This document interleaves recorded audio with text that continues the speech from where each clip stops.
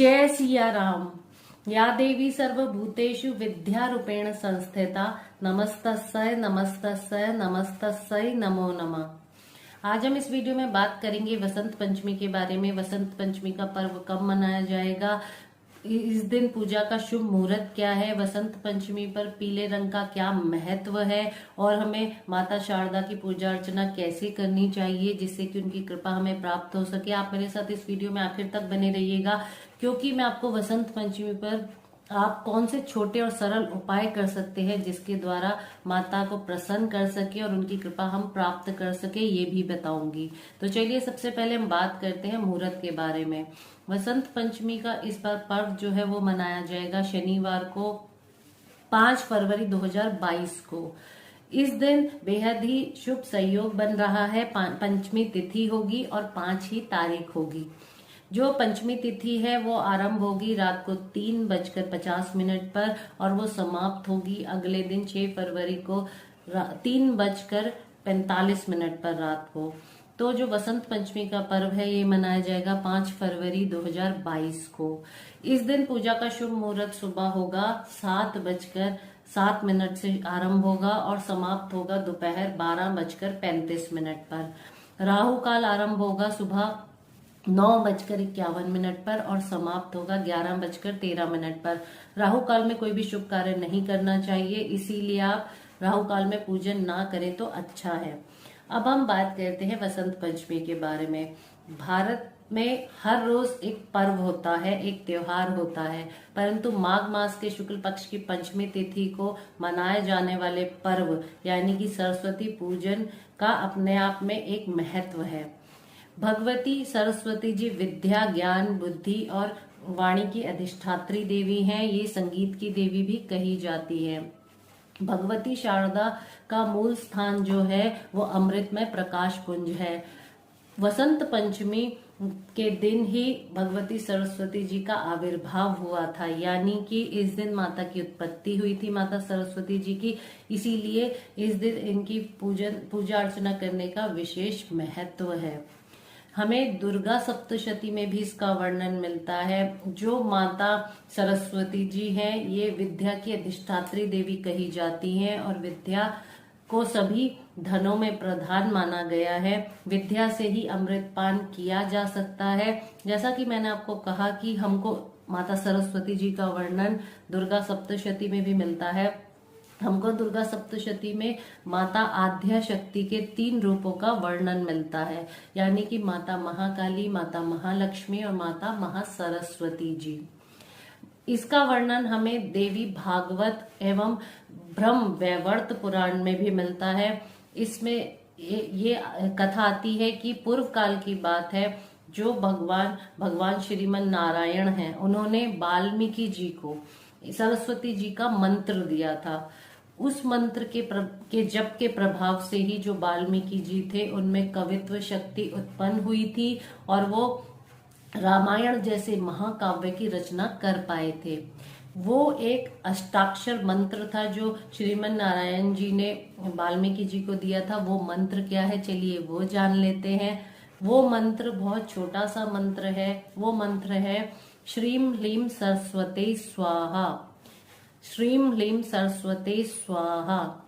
इस मंत्र का जो भी जातक 4.25 लाख बार जप कर लेता है, 4 लाख बार जप करने से ही उसे जो है माता की कृपा प्राप्त हो जाती है, मंत्र सिद्ध हो जाता है। जी हाँ, अगर आप इस मंत्र का 4 लाख बार जप कर लेते हैं तो इससे माता सरस्वती प्रसन्न होती हैं और मंत्र सिद्ध होने से उनकी कृपा जो है वो प्राप्त होती है।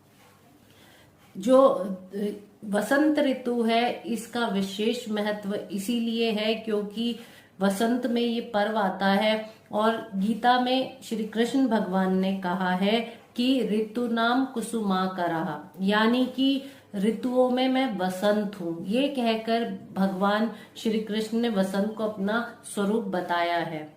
जो वसंत ऋतु है वो प्रेम की ऋतु मानी जाती है। इस टाइम पर मौसम बहुत सुहावना होता है और इस टाइम पर खेतों में सरसों, पीली सरसों लहरा रही होती है और इस टाइम पर जो है प्रकृति अपने पूर्ण श्रृंगार में होती है, यानी कि हर जगह बहार होती है, फूल खिले होते हैं। और क्योंकि ये प्रेम की ऋतु है तो वसंत जो है ऋतुओं का राजा कही जाती है। और इसमें ये वसंत पंचमी तिथि पर ये त्योहार मनाया जाता है, माता सरस्वती जी की पूजा की जाती है। और इस दिन पीले रंग का विशेष तौर पर महत्व है, क्योंकि पीला रंग जो है वो ज्योतिष में बृहस्पति को रिप्रेजेंट करता है, दर्शाते हैं। बृहस्पति का रंग पीला माना गया है, तो इसीलिए जो बृहस्पति हैं वो विद्या, ज्ञान और बुद्धि देने वाले ग्रह माने गए हैं। और माता सरस्वती जी भी हमें विद्या, ज्ञान और बुद्धि देने वाली हैं, तो इसीलिए पीले रंग का विशेष महत्व है और पीला रंग माता सरस्वती जी को बहुत अधिक प्रिय है। हमें इसका वर्णन जो है वो रामायण में मिलता है। अगर आप रामायण आपने पढ़ी होगी या आप पढ़ेंगे तो उसमें आप देखेंगे कि वसंत पंचमी का भी उसमें वर्णन है। जो चारों राजकुमार हैं, जो श्री राम जी, श्री लक्ष्मण जी और भरत जी और शत्रुघ्न जी, ये चारों ही वसंत पंचमी के दिन ही अपने गुरु वशिष्ठ जी के साथ गुरुकुल गए थे विद्या आरंभ करने के लिए। वसंत पंचमी का दिन विद्या आरंभ करने के लिए बहुत ही शुभ माना गया है। यदि आप अपने बच्चे को पहली बार स्कूल भेजना चाहते हैं तो आप इसी दिन से अगर विद्या आरंभ कराते हैं तो बहुत ही अच्छा होता है और माता सरस्वती जी की कृपा प्राप्त होती है।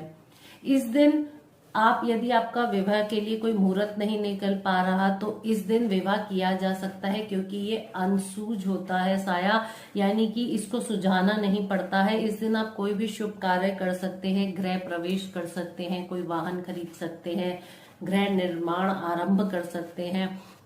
आप कोई भी शुभ कार्य, अन्नप्राशन का आप इस दिन कर सकते हैं और बहुत अच्छा रहता है। स्कूलों में इस दिन, विद्यालयों में माता सरस्वती जी की पूजा अर्चना की जाती है। अगर आप किसी शिक्षण संस्थान में एडमिशन लेना चाहते हैं, दाखिला कराना चाहते हैं, तो आप इसी दिन कराएं तो बेहद शुभ रहता है।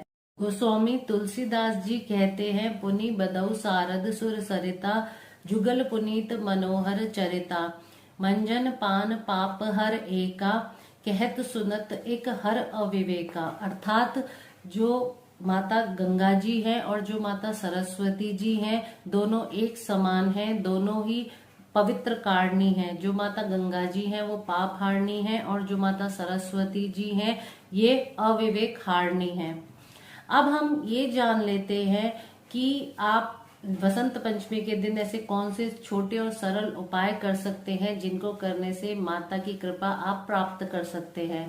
तो आप वसंत पंचमी के दिन सुबह जल्दी उठकर नित्य कर्मों से निवृत्त होकर और अपने घर में सफाई इत्यादि करने के बाद आप पीले वस्त्र जो है वो पहनिए, धारण करिए। उसके बाद आप एक चौकी बिछाइए, उसके ऊपर पीला कपड़ा बिछाइए और उसके ऊपर माता की, जो माता सरस्वती जी की मूर्ति है वो स्थापित करिए और उनका पूरा विधि विधान के साथ पूजन करिए। माता को पीले पुष्प अर्पित करिए, पीले फूलों की माला अर्पित करिए और केसर युक्त खीर बनाकर माता को नैवेद्य अर्पित करिए और माता की आरती करिए। उसके बाद जो आपने माता को खीर का भोग लगाया है वो खुद भी खाइए और कन्याओं को भी खिलाइए। इससे माता सरस्वती जी प्रसन्न होती है और उनकी कृपा जो है वो प्राप्त होती है। अब अगले उपाय के बारे में बात कर लेते हैं। आप इस दिन पीले केसर युक्त चावल भी बना सकते हैं, उसका भोग लगाकर आप कन्याओं को दे सकते हैं, कन्याओं में बांट सकते हैं। इससे भी माता सरस्वती जी प्रसन्न होती है और उनकी कृपा प्राप्त होती है। इस दिन जब आप पूजन करें माता का, उस टाइम पर आप जो पढ़ाई का सामान है, यानी कि पुस्तक, पेंसिल, पेन और जो भी पढ़ाई की वस्तुएं होती हैं वो वहां पर रखकर उनका पूजन करिए और वो जो निर्धन बच्चे हैं उनमें बांटिए। इससे माता शारदा जो है वो प्रसन्न होती हैं। अगला जो उपाय है वो ये है कि इस दिन जो पेन और पुस्तक है इनका भी पूजन अवश्य करना चाहिए, क्योंकि इनमें माता सरस्वती जी का निवास होता है। तो इससे भी माता की कृपा जो है वो हमें प्राप्त होती है। अगला जो उपाय है वो ये है कि आप एक मंत्र का उच्चारण कर सकते हैं। इस मंत्र के उच्चारण करने से माता की कृपा हमें प्राप्त होती है। हमें इस मंत्र का 7 बार, 11 बार, 21 बार, 51 बार, 101 बार, जितनी बार भी आप कर सके हमें इस मंत्र का जाप करना चाहिए। कम से कम 7 बार तो अवश्य करना चाहिए माता की मूर्ति के सामने बैठकर, और अपने घर के सदस्यों से भी करवाना चाहिए। चलिए वो मंत्र जान लेते हैं कि वो मंत्र कौन सा है जिसका हमको जाप करना है।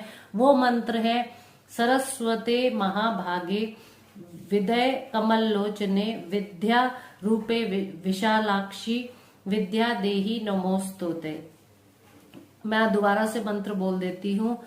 सरस्वते महाभागे विदय कमल लोचने विद्या रूपे विशालाक्षी विद्या देही नमोस्तुते। इस मंत्र का कम से कम 7 बार जाप करने से माता सरस्वती प्रसन्न होती हैं और उनकी कृपा हमको प्राप्त होती है।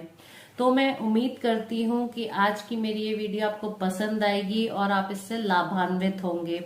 आप सभी को वसंत पंचमी की बहुत सारी शुभकामनाएं। अगली बार मैं जल्द ही मुलाकात करती हूँ और एक नए विषय पर बात करती हूँ। तब तक के लिए जय सिया राम।